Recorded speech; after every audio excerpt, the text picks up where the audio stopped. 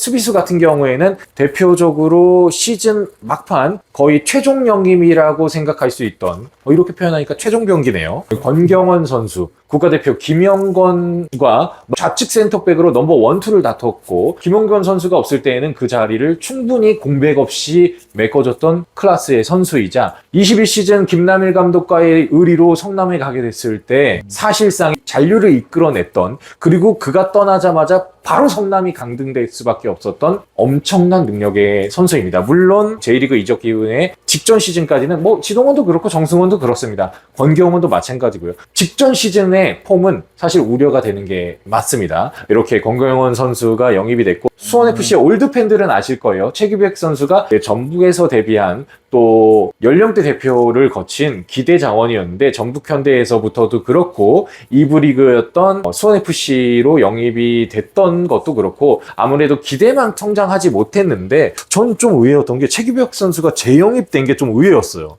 저도 영입 소식 딱 봤을 때 다시 왔지? 이 생각이 들었어요. 왜냐하면 최규백 선수는 철저하게 리그2에서 쓰였던 자원이고 리그1의 수원FC에서는 활용되지 못했던, 이미 어떻게 보면 속된 말로 정리가 됐었던 자원이었거든요.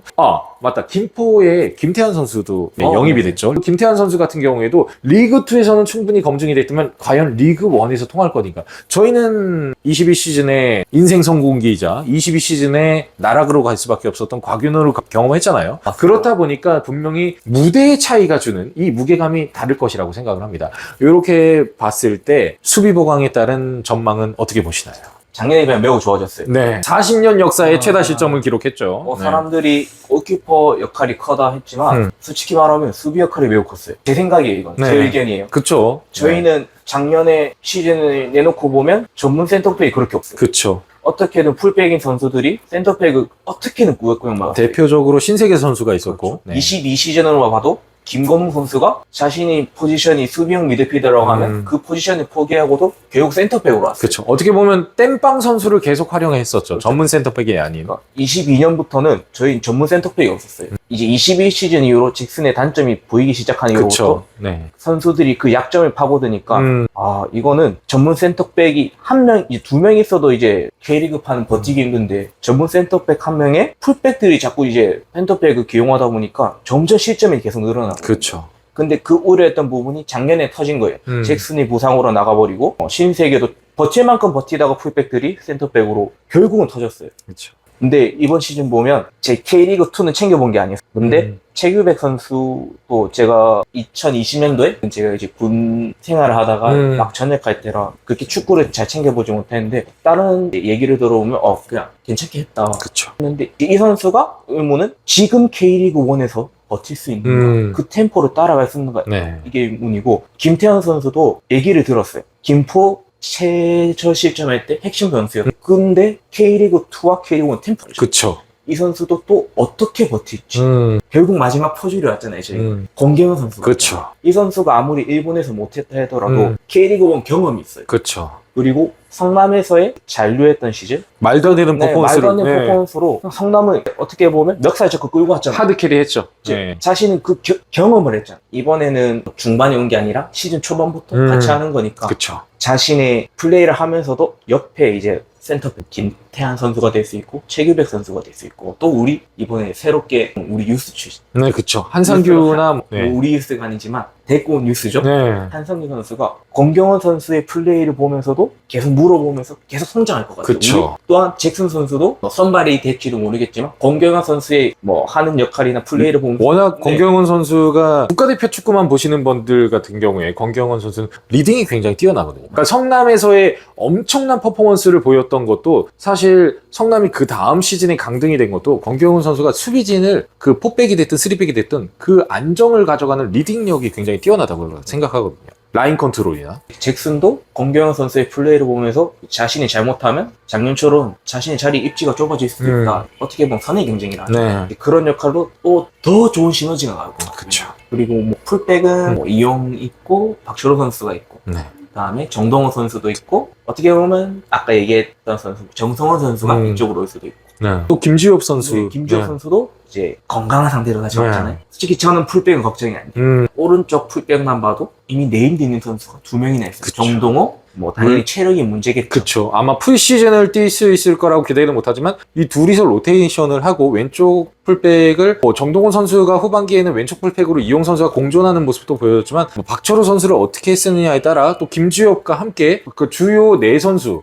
이용, 정동호, 김주엽, 박철우 이 네 선수를 얼마만큼 효과적으로 좀 로테이션하고 조합할 수 있냐에 따라 좀 수원FC가 가동할 수 있는 측면 수비수의 자원과 활용은 좀 풍부할 거라고 좀 예상이 됩니다. 그리고 이번 이적 시장에서 제일 뜨거웠던 선수죠. 아르한 선수이기 때문에 제가 아시안컵 다 챙겨보지 못했어요. 그래도 인도네시아 경기 한두 경기 봤는데 아르한 선수의 플레이가 엄청 화려하다 그런 건 아니에요. 근데 그의 장점이 있잖아요. 인간 투석기랑 롱스로인 보면 현영민도 아니고 롱스로인에 달린 롱스로인으로 한 거 보면 우리의 공격 옵션이 하나가 늘었다. 그리고 아르안이 그런 공격 옵션이 생겼다 하면 이제 리그 후반기 갈 때쯤 한 명의 풀백 선수가 다시 오잖아요.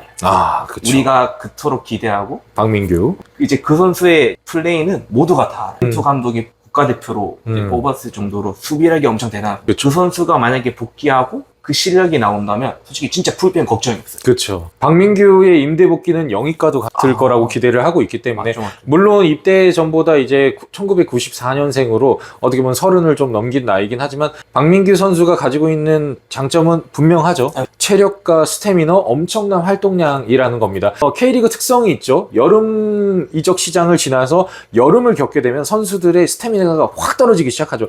결국은 수원FC가 굉장히 잘 됐던 시즌 그리고 굉장히 나락을 갈 수밖에 없었던 시즌의 차이는 여름의 차이가 있었다라고 생각을 하거든요. 그래서 엉규님도 기억하시겠지만 22시즌 구단 창단 역사상 최고의 성적을 냈을 때 수원FC가 말도 안 되는 퍼포먼스를 보여줬던 게 바로 여름이었습니다. 23시즌 승강 플레이오프를 갈 수밖에 없는 결과를 받아들일 수밖에 없었던 것도 여름에 저희가 나락을 갔다라고 생각을 하거든요. 그렇기 때문에 이제 박민규 선수가 바로 그 귀중한 타이밍, 여름 이적 시장 즈음에 해서 임대 복귀를 한다는 게 분명히 언규님이 말씀해 주셨던 것처럼 스쿼드의 양적 질적 향상을 저희는 박민규 선수는 임대 복귀거든요. 이건 진짜 영입과도 같은 효과를 낼 수 있을 거라고 저희는 분명히 기대를 좀 하고 있는 부분이라서 정말 언규님 말처럼 한 줄 요약한다면 풀백은 걱정 없다. 그렇지만 여기서도 이제 뭐 3-1 지금까지 이제 저희가 3-1을 전부 다 돌아봤죠. 공격의 지동원, 미들의 정승원, 수비의 권경원 이렇게 3-1을 돌아봤는데 결국 이 선수들의 국내 선수들의 공통점은 클래스는 변하지 않는다. 다만 직전 시즌까지의 폼이 좋지 않았기 때문에 그것을 김은중 감독과 함께 재생시킬 수 있느냐. 수원FC의 대표적인 이미지 재활 공장장이 김도균 밑에서가 아니라 김은중 밑에서도 재활 공장장의 생산 라인이 돌아갈 수 있느냐 이게 굉장히 포인트일 것 같고요. 그리고 이제 공격의 문레알, 수비의 트린다지 그리고 아르한 선수 같은 경우에는 리그 검증이라는 숙제를 안고 있습니다. 엉규님께서 정말 포인트를 잘 집어주셨는데 신규 영입된 신참 외국인 선수들은 K리그에 적응할 수 있는가부터 이제 봐야 되거든요. 엉규님께서 아르한 선수에 대한 기대감을 드러내셨지만 사실 뭐 동남아권 선수들이 K리그 1 무대에서는 특히 예전 쿵푸엉도 그렇고 리그2에서는 야스나이가 대표적이라 하지만 리그2에서는 동남아 선수들이 경쟁력을 충분히 보인 적은 있지만 리그1에서는 저희가 사실 따져보면 동남아 선수들이 진출을 한 적이 있지만 클래스를 보여준 적이 없어요. 그러니까 생각나는 선수가 없어요. 클래스 보여줬다.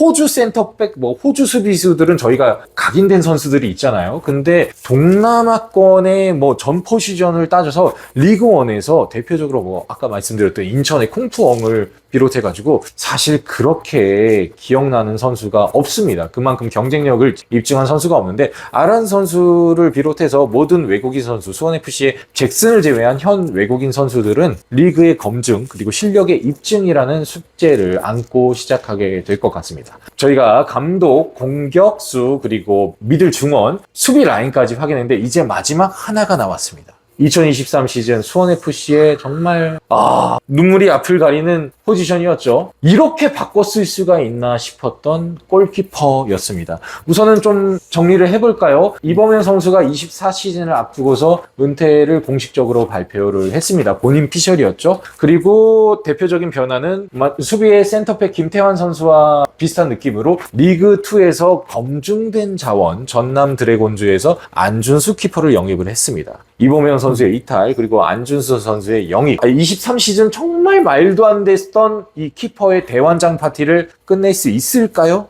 원규님? 목이 타네요. 요건 물 한잔 해야겠습니다.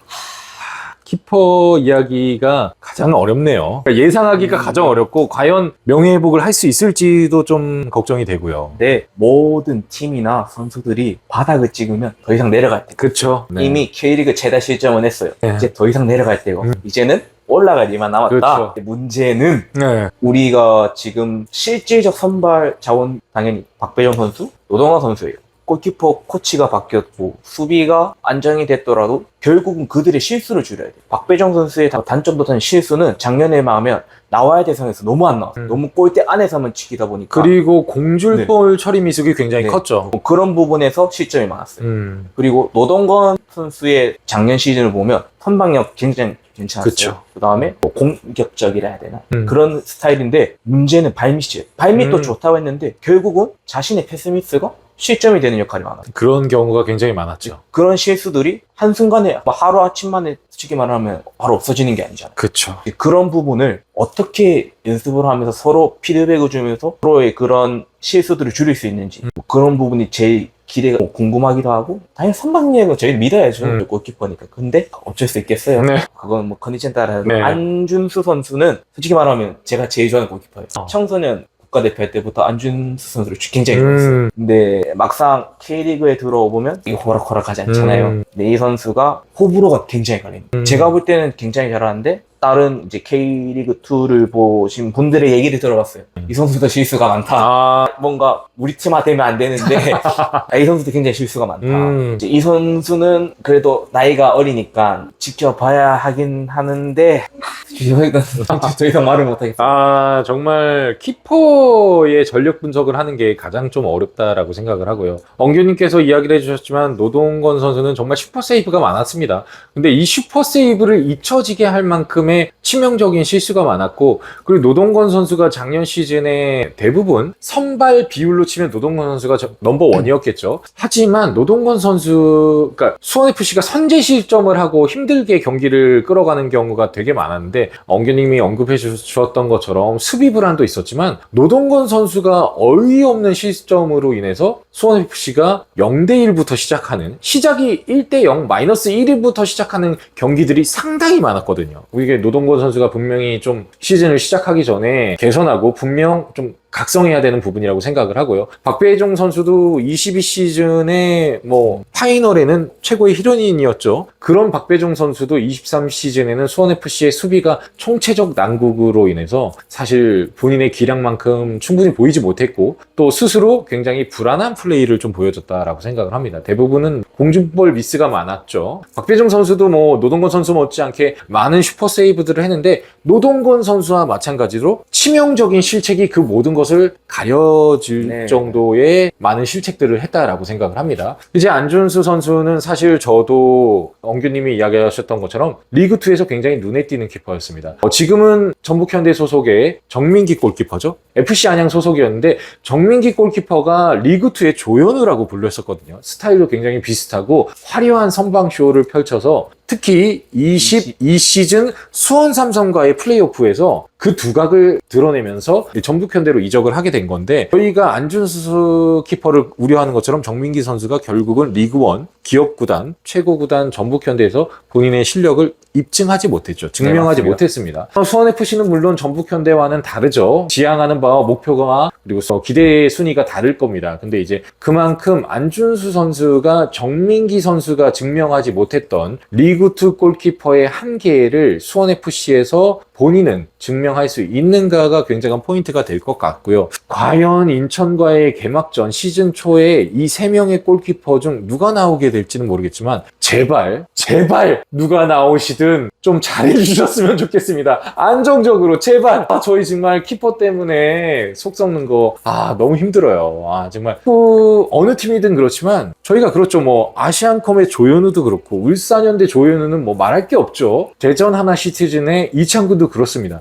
팀이 수비가 불안할지언정 키퍼가 정말 미친 듯이 퍼포먼스를 보여주면 정말 저희 속된 말로 그런 말 하죠. 23시즌에 대전 하나 시티즌에 이창근이 승점의 절반을 벌어줬다는 이야기를 농담 삼아 합니다. 저는 대전 하나 시티즌도 수비가 안 좋았거든요. 근데 대전 하나 시티즌과 수원FC 차이는 이창근의 차이라고 생각을 합니다. 그게 무엇이냐? 안정적이고 뛰어난 선방 능력과 실력을 보여준 안정감 있는 키퍼라고 생각을 하거든요. 이창근 선수 여러분 기억하실지 모르겠는데 시즌 전 경기 풀타임 출전입니다. 그랬다는 건 감히 경쟁자가 없었다는 거거든요. 저희는 어땠나요? 노동건, 이범영, 박배종을 시즌 내내 돌렸었습니다. 뭐냐? 안정적인 넘버원 키퍼가 없다는 거예요. 저희는 수원FC 24 시즌에는 부디 안정적인 넘버원, 노동건, 박배종, 안준수 상관없습니다. 누가 되든 좋으니까 안정적인 넘버원 골키퍼 반드시 자리 잡길 기대하겠습니다. 자, 그러면 결책부르고로 이런 이야기를 나눠봐야 될 것 같네요. 수원FC의 23시즌 김도균 체제 하에 꾸준히 문제가 되고 논란이 되었던 게 있죠. 바로 22세 자원의 활용입니다. 지난 시즌 말미 플레이오프로 갔을 때는 이승우 선수의 부재로 인해서 장재용 선수라든가 부산과의 플레이오프 경기 때에는 U22 자원들이 꽤나 자기 역할들을 해줬어요. 하지만 수원FC가 21시즌 K리그1 재승격 이후에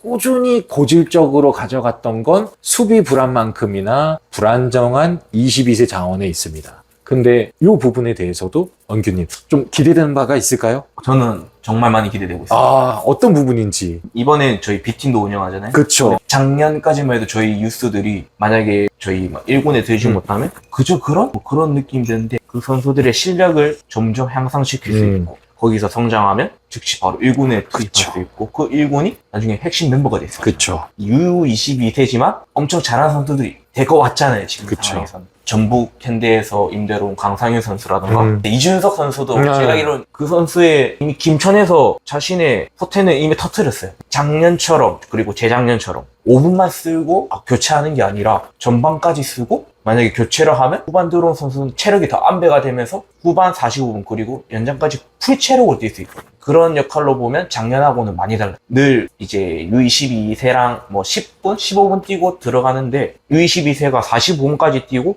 후반전 45분부터 교체해서 뛰는 이승우의 체력과 그 실력은 매우 다르다는 거예요. 그런 부분에서 보면 오히려 플러스 윤이 될 수가 있죠. 저도 이제 대부분 오늘 나눴던 이야기에서 언규님과 정말 이구동성으로 말씀드릴 수 있는 게 저 또한 24시즌의 U22세 자원들의 발목할 만한 성장이 기대된 그 이유는 방금 말씀해 주셨던 것처럼 이준석 선수, 이광학 선수와 전반에 초반에 왼쪽 오른쪽에 원투펀치를 구성할 수도 있고요. 이광학 선수는 항상 최고의 퍼포먼스를 보여주지만 부상이라는 리스크를 안고 뛸 수밖에 없는 선수입니다. 굉장한 클러치 능력이 있지만 그만큼 치명적인 부상이라는 단점을 가지고 있는 선수인데요. 이준석 선수가 그러면은 아무래도 메인이 되진 않을 것 같습니다. 메인은 이승우, 이광혁이라고 생각을 하는데 이승우, 이광혁의 부재가 발생했을 때 이준석이라는 선수가 과연 얼마만큼 그 공백을 메꿔줄 수 있느냐. 21시즌부터 23시즌까지 U22세 자원 대부분들이 측면 공격수에 투입이 됐어요. 그리고 대부분 거기에서 실패를 했습니다. 장재용 선수도 나름의 가능성을 보여줬지만 떠나게 됐고요. 정재윤, 정은우 선수까지 대부분 이 포지션에서 경쟁력을 보여주지 못하고 수원FC를 1년 만에 떠내게 된 선수들이 대부분입니다.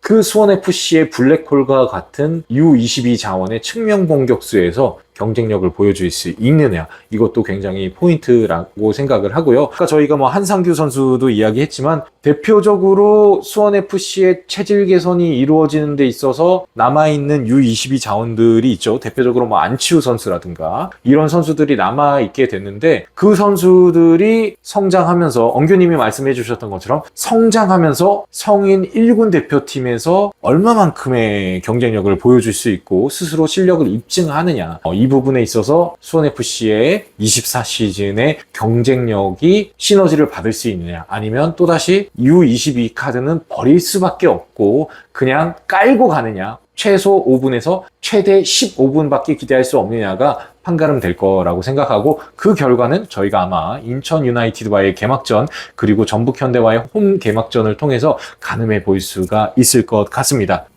자 이렇게 정말 긴 시간 동안 수원FC 신규 초보 감독 김은중부터 해서 공격, 미들, 중원, 수비 그리고 키퍼, U22 자원까지 저희가 한번 예상을 해봤습니다. 정말 긴 시간 동안 아마 이 콘텐츠를 봤을 때 야 이거 경남 안현균하고 부캐단장 오원규가 나는 이야기만 들어봐도 야 이거 뭐 한 시즌을 좀 예상해 볼 수 있겠는데 개막전에 가는 기대감을 충분히 다질 수 있겠는데 라고 생각을 하실 것 같습니다. 오늘 이제 안원균님과 정말 뜻깊은 인터뷰를 하게 되는데 우선 마지막 인사를 드리기 전에 이제 아무래도 원규님께서 현장 팀장